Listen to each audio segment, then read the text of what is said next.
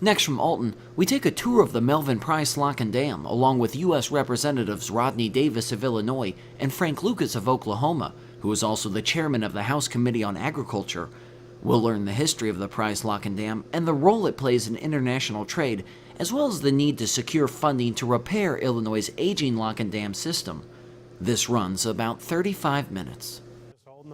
Congressman, let me ask you two questions and you can both respond to it. One, what can you tell us about the WRDA bill and the funding to rebuild the other locks and dams on the Mississippi so that they will be updated as this lock and dam is, number one?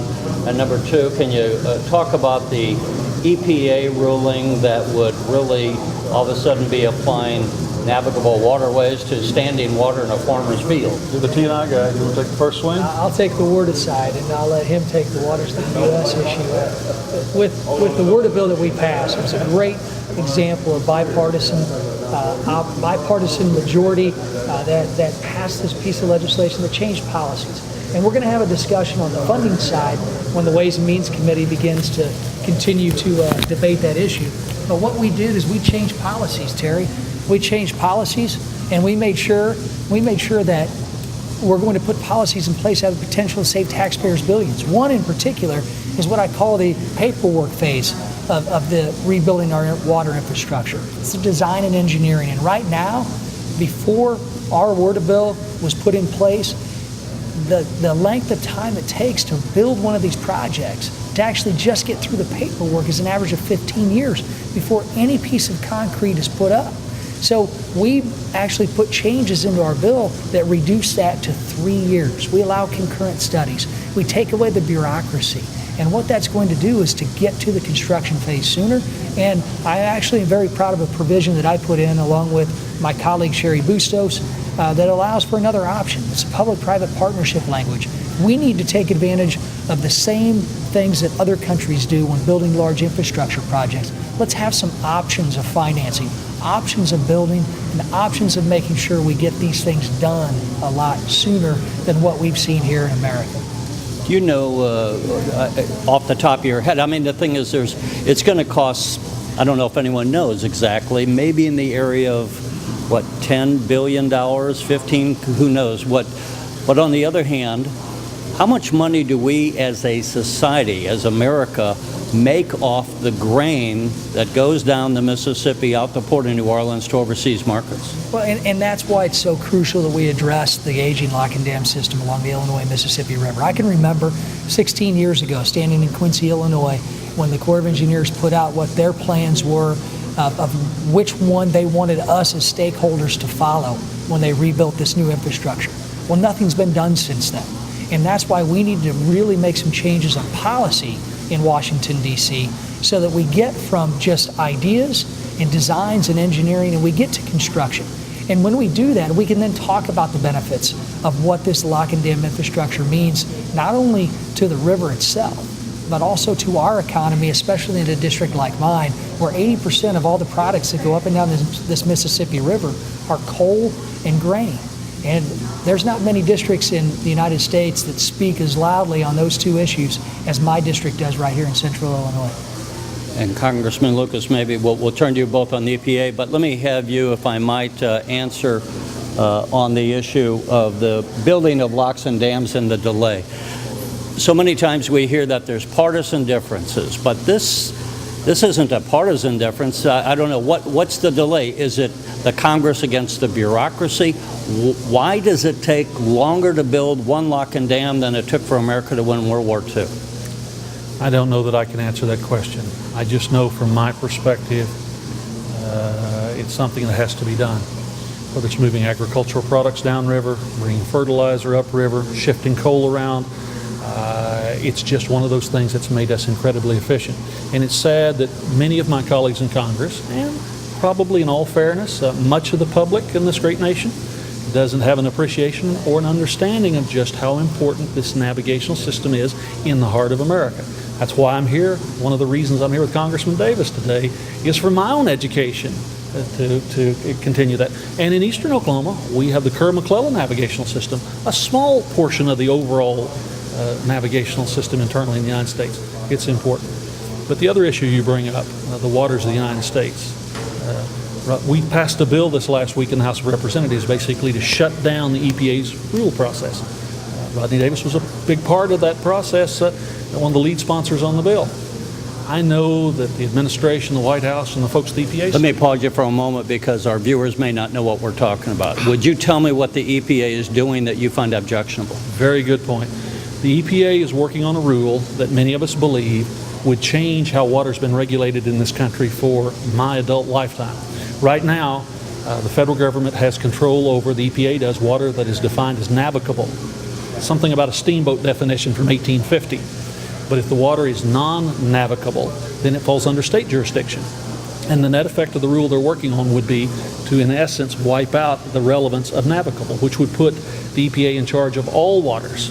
That is very concerning to agriculture. It's very concerning to business. It's a massive power grab because Congress will not, the House will not allow that to happen. That wasn't in the original Clean Water Act. The courts have sided with this two-part jurisdictional system we've had. But the EPA by rule is trying to do what Congress will not do by law, and that's what we're trying to prevent from happening.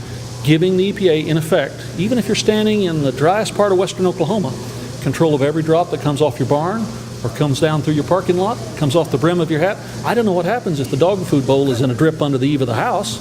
I don't know what that'd be classified as. We're trying to stop that. Yeah, I mean, just so people can follow this, if we have a spring rain and water stands in a farmer's field for a week or 2 weeks, all of a sudden the EPA is going to claim they have control over that water, or a drainage ditch where water is.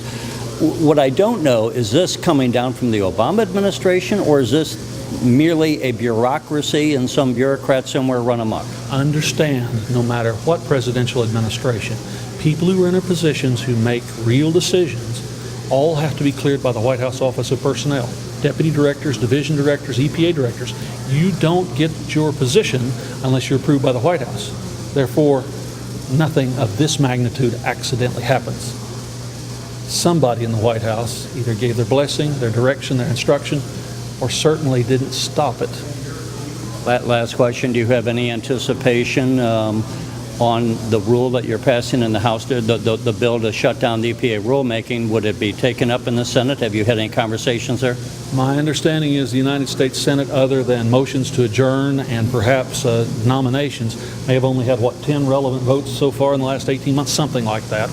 I don't know that they will, but by passing the bill that was passed in an overwhelming way, 40-some Democrats came with us, something like that? That sends a signal. Don't do this, White House. Don't do this. We might have a new Senate majority in a few months. A couple of years from now, we might have a new White House, or we will have a new White House crowd. But we've got to fight the fight now. We just can't wait. Just to give you a perspective of where we're at on the system, we're actually at Mel Price Lock and Dam. There are 29 locks and dams. They make what we call an aquatic staircase. You can kind of see what the river bottom was like prior to the lock and dam and the pooled system. About 6 months of the year it was not navigable. And so by putting these dams in and creating these essentially slack water pools, of course the locks create a slowdown for the traffic, but they also make it navigable 12 months out of the year, except in extreme droughts or floods. So we're here, the second one going north, and the second busiest one on the system. The significance of this lock is the Illinois River, which goes up to Chicago and takes about half of the commodities and brings half of them down. This is the first one where the two systems come together. So it's one of the busiest ones, 27 right above the harbor at St. Louis, which is the second busiest inland port in the United States. So that kind of gives you an idea of where we're at, some comparisons between the tow and the navigation system, the trains and the trucks. And actually with the jumbo hoppers, this needs to be updated. It's actually over 1,000 trucks that are put on the highway or taken off when we can't accommodate the traffic that we have. When I was a freshman in Ag Econ about 1,000 years ago, of course we have the Kerr-McClellan branch of the system up in eastern Oklahoma. Sure. And part of the lecture about transportation cost was the impact that the Kerr-McClellan's northernmost loading and unloading facility, Catoosa, Oklahoma had on freight rates, and you could tell right up to the inch where they impacted freight rates because truck and rail charges changed when you crossed out of the utilization zone of Catoosa. It could be analyzed right down to the inch.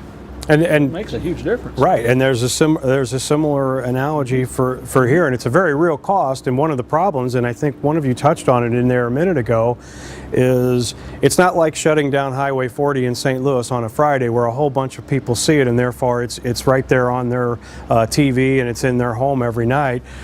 The impacts of the river system don't hit home. Most people don't see how it impacts the cost of a gallon of gas and a loaf of bread. And that's one of the things that we try to bring out, and appreciate the comment that you made about that. And how much traffic would be on highways if it wasn't for the traffic here on the river? Well, every barge that comes through here, every tow, which is a 15 barge assembly, is about 1,000 trucks, and we lock, on a normal day, we lock maybe 10 or 12 of them through here. 1,000 heavily loaded trucks. 1,000 which has heavily a lot loaded more wear and trucks. tear than a car. Correct. On a road. And obviously the cost of moving issues like grain and coal Right. would be much more expensive if you're moving it by truck because of the inefficiency of moving them so piecemeal as compared to the volume that you can move on the barge system. Well, correct. It's the efficiency, also the carbon emissions, safety, spills. There are a number of them, and we've got information on all of that in here. Road damage. Cost of road damage. The other thing that I like to point out, this system, with the exception of Mel Price Lock and Dam, which is the newest one, most of it is still in the condition that it was in terms of capacity when it was built in the 30s. How many highways can you say that were built in the 30s that haven't been torn up, rebuilt, widened, expanded, all the time? So you've got an infrastructure system that is essentially intact for 70 or 80 years now. This dam, lock and dam, was built when and how long, how much of a barge length can you take?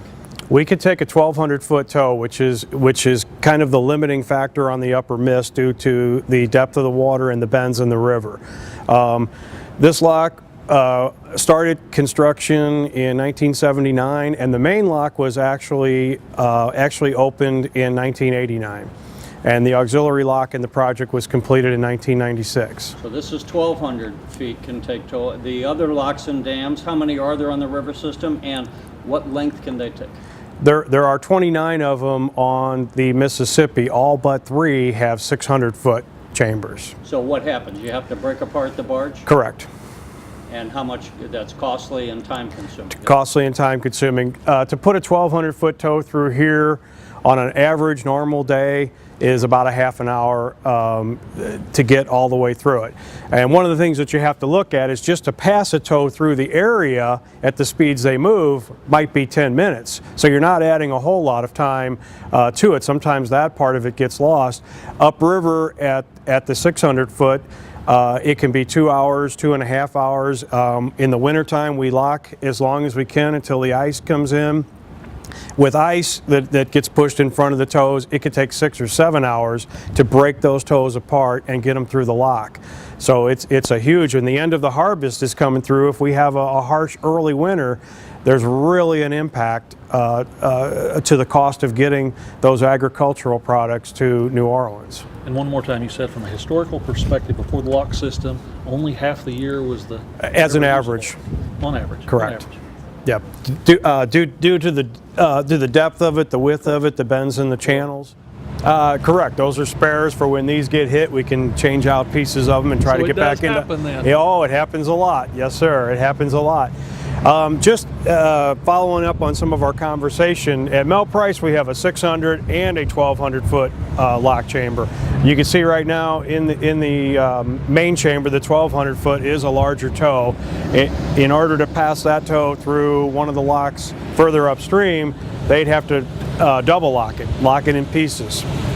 They'd have to actually push it in, break the wires, back the tow out, and then lock the first part of the barges through, and then come back and lock the rest of it through. And it takes a vessel on both ends to be able to move those in and out. Whereas This one is just pushing in, getting lower to the lower elevation, and going on. So that's kind of the difference. Now, one thing to point out where this doesn't compare very well with the upstream locks, the guide walls outside of the miter gates are 1,600 foot here, which means you can pull the first cut of the toe completely out, and that's important because to cut that toe and go through here, through this one, would be a little over an hour.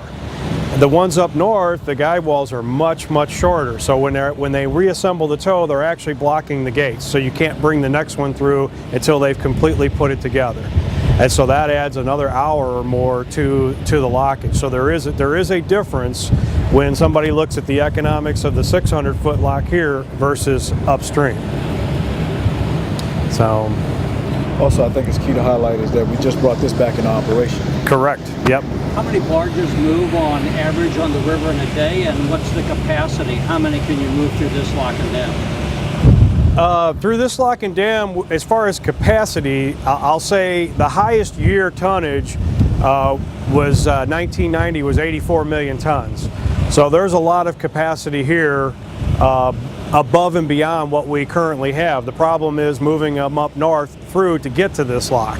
So this lock has the capacity, and it's further up north. But I mean, just as far as the numbers, you know, we often see barges waiting their turn. Right. How much of is that an issue where it's costing tow companies labor and all because they're sitting there waiting to go through? How much of traffic on the river is an issue? Again, at this lock, we do about 6,000 lockages a year for commercial tows, roughly an average of 12 to 15 barges in each one. Now, we just went through a period where the main lock, and I was going to talk about it over there and actually point out the component that failed, but we just had a 6-month closure. And so we had all of the tows had to go through the smaller lock. Again, the longer guide walls made a huge difference in that, but we still had 6, 8, 10, and it depended different times, 15, 18 tows waiting to get through. And some of them waited as long as 24 hours or longer. That's the kind of delays during the harvest season they're seeing up north all the time. So what you see out here is normally all underwater. We're actually low here, anticipating the increased water.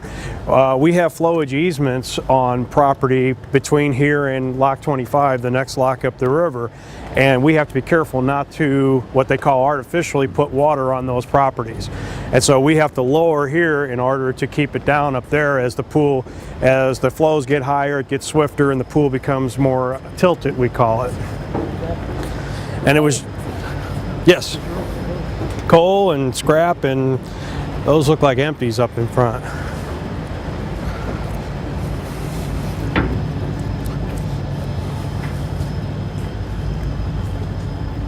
During the historic drought that we had the winter before last, it was the opposite. We were storing extra water to try to buffer out the extreme lows. So we would have people, farmers, people who recreate on the river calling and saying, we're hearing about drought, but we're flooded.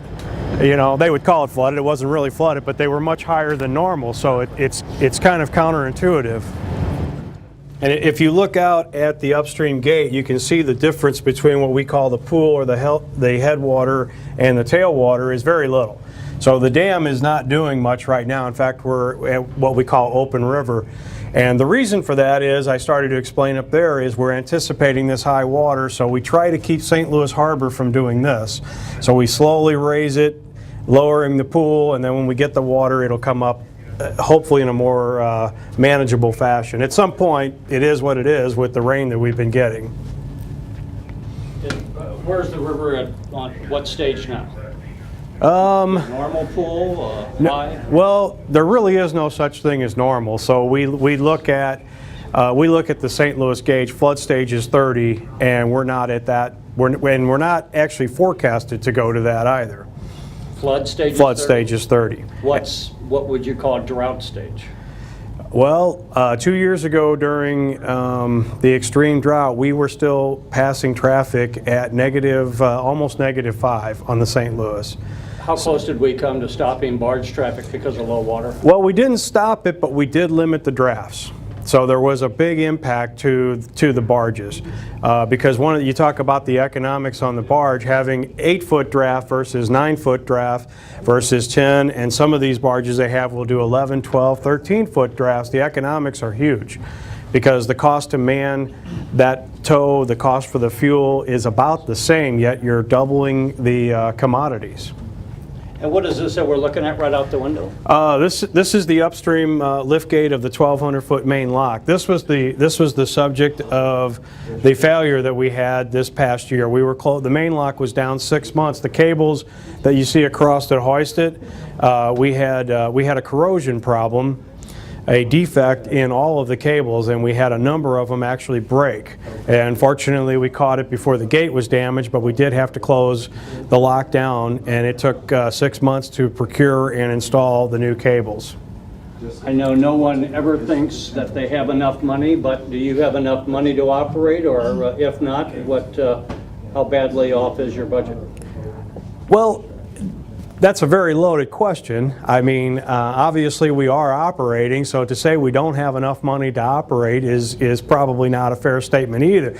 What we're looking at is You're operating. our reliability down the road. Where will we be in 20 years? And you're at one of the newest, and again, this was a defect. It was not something that was caused necessarily by the age of the structure. Not to focus on that, but just in general. In other words, are you operating at 70% of where you think you should be, 80%, and to what or are you at 110%? Well, capacity we're not at 100%, but capacity is not the issue in my mind. It's reliability. Right. And you've got infrastructure that's 80 years old. It's Not here. Not here, but upriver, most of it. Just here as an example. In other words, what I want to know is sometimes the guy on the street, and you're the guy on the street, knows, but he can't get the word to Congress. If you don't fund us better, we're going to be doing delayed maintenance, and this is the kind of stuff that happens. Are you getting the money you need to be able to keep this place running the way it should, or are you doing delayed maintenance because you just got to make a nickel do the work of a quarter? We have a long list of, we call it deferred maintenance, of maintenance that needs to be done, and we're not able to do it because of the funding. So to answer your question, there is a significant backlog on the whole system, and it's not just the Mississippi, the Ohio as well, as these structures age. So if you're getting roughly $2 million, I think you said, a year? Well, that was the operating cost for just this lock. Right. And that was to That's what pay. I'm talking about, this lock. Yeah, that was to pay the staff and the electric bill. The maintenance and the repairs that go into it are much greater than that. What is your overall operating budget For everything, oh boy. approximate? So, I mean, how much more would you spend for maintenance and stuff? And I know it'll vary, but is it 500,000 a year? Is it 4 Oh no, million? it's to give you an idea, I've got 300 miles of the river, and I get about $50 million, and that includes the dredging, the rock training structures that we build, the channel maintenance, which quite frankly further south are much greater cost than the locks and dams, and 4 of the busiest locks on the river system. Which is an interesting point that we didn't know. You're not operating just this one facility. You're Right. doing maintenance on the river to keep it operational, the river itself. Correct. I kind of touched on it. The other things that we do with our dredging and channel maintenance, and when you get below St. Louis, that's actually the biggest challenge and our greatest cost are the river training structures, the rock dikes that you see out in the river that funnel the energy of the water and create a self-scoured navigation channel, and then our dredging costs. And those are, particularly from here on south, are much greater than the cost of operating and maintaining the locks. It's important to separate what cost there is to operate this and do routine, normal maintenance, the greasing, changing of filters and that on the hydraulic system versus doing major type repairs and then major construction. And these are 3 very different animals. This, what you see behind there, this was the old lock 26 that was at Alton, about 2.5 miles upstream. We built this project in 3 phases. We did it all in the dry. So we started from the Missouri side, constructed the cofferdam, and then the traffic was able to pass along the outside, built the dam. After the dam was completed, we built the second cofferdam for the 1200 main lock, and again, the traffic passed along the outside. Then when the main lock was completed, we closed this off. We took the old lock out of commission and actually raised the pool. And then we actually passed the traffic through the main lock while we were constructing the auxiliary lock. I heard talk about Olmsted, and I actually worked there for a while, and it's one of my favorite topics. It's different in the way that Olmsted's being constructed. Olmsted has not paid any benefits until it's completely done. So while it took 16 years to complete this project, it actually paid most of its benefits to the navigation in 9 years, which at the time seemed like a lot, but in the times that we're in now is actually very efficient. So how long is Olmsted, what was the projected completion date of Olmsted in its infancy? In its infancy, let's see, I believe it was started in, I want to say 1991. Yeah, 91 is when the construction, it was authorized in the late 80s. They started in 91, and I think they had a 12-year schedule originally. That's a guess. I know it's been reauthorized a couple of times, and the last one that I saw, the completion was 2023. Can you explain to the chairman and me, based on, I've been to Olmsted before, back in about '05 and '06, what would be the difference in constructing this lock and dam in the wet, if you could point it out on the pictures? Well, they didn't construct this cofferdam. Now they did for the locks. They built the cofferdam like this, and they built their 2 locks over on the shore. But then for the rest of the dam, the top one, they're doing it in the dry. So they constructed, you probably saw it, a huge batch plant and yard to make all of those piers and that big catamaran barge to actually float them out there and set them. And they are limited in how, it really, to a certain extent, it wouldn't matter how much money they had. They're limited on how fast they can build them. There's not a way to construct it faster. I mean, certainly it could be done faster, but not appreciably faster than what they're doing, because they have to build these piers in these sections one at a time and move them out there. Whereas, and actually, if you look at the dam here, that dam was constructed in just over 3 years, $245 million. Whereas Olmsted on the dam, I think they're at 1.6 or 1.7 billion just on the dam, and they've been building the dam for 20 years. That's kind of the difference in the type of construction. And the economic analysis, it was supposed to pay back sooner than what this one would have paid back in 9 years, and obviously we're still not seeing the economic benefits. Right. At this point, Olmsted has, right, the towing industry, for the money they put in plus the federal share, has not paid any benefits, and that was the difference. Even though this picture was taken somewhere around 1990, when we actually opened the main lock, at this point, even though you still have all this construction, you have a 1,200-foot lock chamber where you didn't have one before.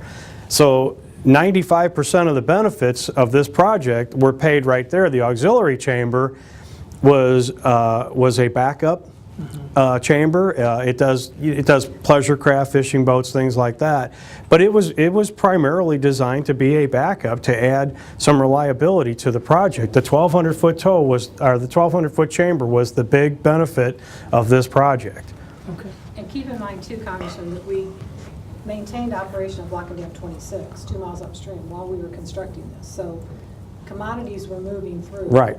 during the whole time. And then once we were able to open up the main chamber, we were able to close down 26 and then take that out, so it wasn't a navigation obstruction. Right. And that's an important point, because a difference at Olmsted, you have 52 and 53 that will be taken out of commission when it's done. Olmsted, they started construction in 1990. Here we are in 2014, and those 2 locks are still operating. We're still funding them. In fact, now they're actually funding a major rehab on those locks because Olmsted's not ready. Whereas here, once we started the construction, within 9 years, the old lock, as Julie said, was taken out of commission. What's the 24 shortest? years, 9. Go ahead, I'm sorry. No, I say 24 years, 9 years. The comparison here. Right. Can I just ask, what's the headline? How close are we to having a crisis given the age of the lock and dam system on the Mississippi? That's really hard to say. You got the ear of Congress. Right. Well, and you never know. We could be very close. The analogy I use is it's like driving a car, which I did for many years, was 28 years old and had 325,000 miles on it. So when does it go? And I was actually on my way to a big meeting when it went. So it went at absolutely the worst time, and it was 5 degrees below zero that day, and I had to walk. So we are at that point. There are a number of deficiencies at the locks and dams, primarily upstream, that could go anytime. Sure. Some of them we have spare parts. Some of them we can put Band-Aids on. We already have. So it's very hard to predict when we will have a catastrophic failure. There are a lot of people who work out at these projects and are supported by our engineers in the respective district offices that do some real ingenious things when we have these problems.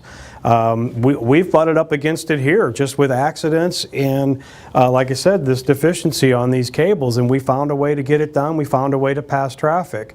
So it's hard to say that anytime soon we're going to have something that we absolutely can't fix. But that possibility is out there. It's always out there, and you know, you're playing the odds when you've got infrastructure that's going on 80 years old and is operated every single day, 24/7, 365, and a lot of it through extreme temperatures. That's the risk that you're taking. Congressman, how long have you been in Congress? I was elected in 1994. I was elected I got the in May mic. of 1994 in the special election. So I've served on the House Ag Committee for 20 years. When President Obama came in and was doing the shovel-ready projects, why did the locks and dams? Do you have any answer why the locks and dams weren't funded when that was a project that was obviously critical need and been in the pipeline for a long time? That's something I can't answer, and that clearly was a decision made above my pay grade. Well, I can answer part of that.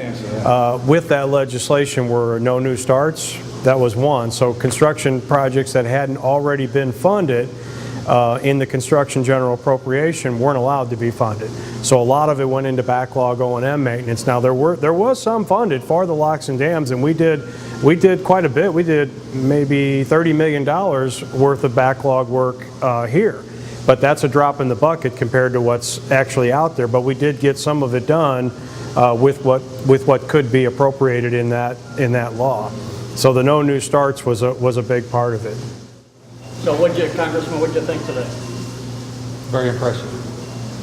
We have Kerr-McClellan Navigational System in eastern Oklahoma, which is impressive, but this is just awe-inspiring, the magnitude.